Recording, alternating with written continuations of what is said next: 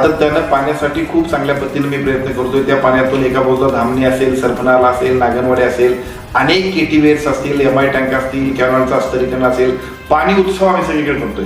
आणि या सगळ्या पाणी उत्सवामध्ये खूप चांगल्या पद्धतीनं या सगळ्या भागातल्या लोकांसाठी अतिशय चांगल्या पद्धतीने छोटे छोटे कॅनॉल्स पासून सगळं काम करत असताना सुद्धा जे दुर्लक्षित होते त्या सगळ्या दुर्लक्षित असणाऱ्या 3 ते 4 कामांची मंजुरी काल आपण घेतली। त्यातलं पहिलं काम आहे ते डेळेचिवाळे।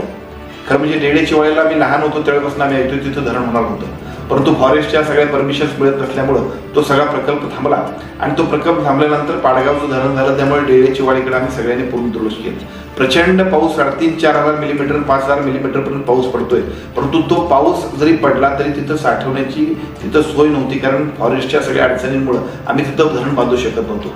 नियमांमधली थोडीशी फेरफार आणि एकूण क्षेत्र कमी केल्यानंतर एक अतिशय चांगल्या पद्धतीने जलसंधारण विभागाचा निर्णय आम्ही घेतला आणि आपण सगळ्यांनी आज माझ्यासमोर जो GR आहे त्या GRच्या अनुषंगानं 20 कोटी रुपयाचा 20,52,52,000 रुपयाचा एक मान्यता घेतली की ज्याच्या माध्यमातून डेळेचिवाळीसाठी एक छोटासा एमआय टँक आपण बांधतो की ज्याचा फायदा त्या परिसरातल्या शेतकऱ्यांसाठी अत्यंत उपयुक्त होणार आहे। एक दुसरा GR माझ्यासमोर आहे की जो GR हा तेवढाच महत्वाचा आहे। तो दुसरा GR म्हणजे कारिवडे तालुका बुदरगड।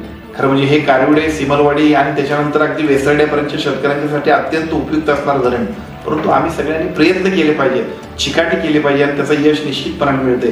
त्याच पद्धतीचं यश मिळालं आणि हा GR सुद्धा माझ्यासमोर आहे की ज्या GRच्या माध्यमातून एक अतिशय चांगल्या पद्धतीनं कारिवडेच्या धरणाला सुद्धा मान्यता मिळाली आणि त्याच्यासाठी सुद्धा 18,87,00,000 रुपयाची मान्यता मिळाली। त्याचं टेंडर निघतंय आणि पावसाळ्यानंतर त्याच्या कामाबद्दलची पावसाळ्यात त्याच्या कामाची सुरुवात सुद्धा होईल। या सगळ्यांबरोबर आणखीन एक अतिशय खूप चांगलं काम की ज्या कामाचा आनंद एक आमदार म्हणून माझ्यासारख्या कार्यकर्त्याला सुद्धा आहे। बनाचीवाडीच्या प्रकल्पाला आज आम्ही 36 कोटी रुपयाला मान्यता दिली।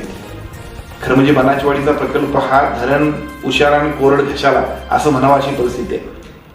नजरेसमोर पाणी दिसतंय, परंतु वाईल्ड लाईफच्या नियमांमुळे तिथं आपल्याला पाणी अडवता येत नव्हतं, लिफ्ट इरिगेशन करता येत नव्हती। शेतकऱ्यांकडे गेलं, गावकऱ्यांकडे गेलं की फक्त ते एकच म्हणायचे की काय वाटेल ते करा आणि आम्हाला पाणी द्या, कारण शेती मुबलक आहे, अतिशय चांगली शेती आहे, राबणारे शेतकरी आहेत, परंतु सगळ्यांना सुद्धा रोजंदारीसाठी वेगवेगळ्या पद्धतीची माध्यमं शोधायला लागत होती। या धरणाच्या कामाची सुरुवात करण्याचा आणि कालच्या निर्णयामुळे बनाचीवाडीच नव्हे तर बनाचीवाडीपासून राधानगरीपर्यंतच्या अनेक शेतकऱ्यांच्यासाठी साधारणतः 500 एकर शेतीसाठी सुद्धा या प्रकल्पाचा उपयोग होणार आहे। खूप चांगल्या पद्धतीचं काम, प्रयत्नानंतर प्रयत्नांगी परमेश्वर जसं म्हणतोय ते काम झालं आणि 3 प्रकल्प हे पूर्ण झाले। पाठोपाठ मडगावची सुद्धा ऑर्डर होईल आणि मडगावची ऑर्डर झाली की एका बाजूला पाडगावच्या माध्यमातून इकडचं इरिगेशन खूप चांगलं होतंय, पण इकडच्या बाजूला पाडगाव धरणाच्या उजव्या बाजूला जो काय सगळ्याचा सगळा पट्टा होता तो सगळ्याचा सगळा पट्टा फेब्रुवारी नंतर टंचाईचा पट्टा म्हणून ओळखत होतो। प्रचंड पाऊस असणाऱ्या टंचाईच्या पट्ट्यामध्ये हरित क्रांती करण्याचं एक भाग्य माझ्यासारख्या कार्यकर्त्याला लाभलं। या 3-4 गावातल्या सर्व शेतकऱ्यांचं अभिनंदन करतो आणि आमदार म्हणून केलेल्या कामाचं सुद्धा तुमच्या सगळ्यांच्या समोर सगळ्यांच्या समवेत आनंद व्यक्त करतो।